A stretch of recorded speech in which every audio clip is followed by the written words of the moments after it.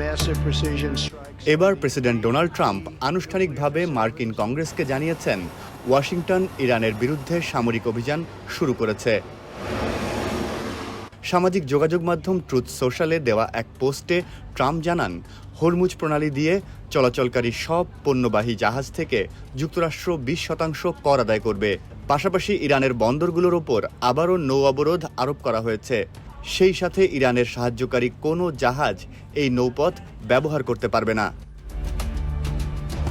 এর আগে মার্কিন কংগ্রেসের সদস্যরা ট্রাম্পের যুদ্ধ পরিচালনার ক্ষমতার ওপর সীমা আরোপের চেষ্টা করেছিল। তাদের অভিযোগ, গত 28 ফেব্রুয়ারি ইরানের ওপর যুক্তরাষ্ট্র ও ইসরায়েলের যৌথ হামলার আগে কংগ্রেসের অনুমোদন নেওয়া হয়নি। 1973 সালের ওয়ার পাওয়ার্স রেজলিউশন অনুযায়ী কংগ্রেসের অনুমোদন ছাড়া সামরিক অভিযান 60 দিনেরও বেশি চালানো যায় না।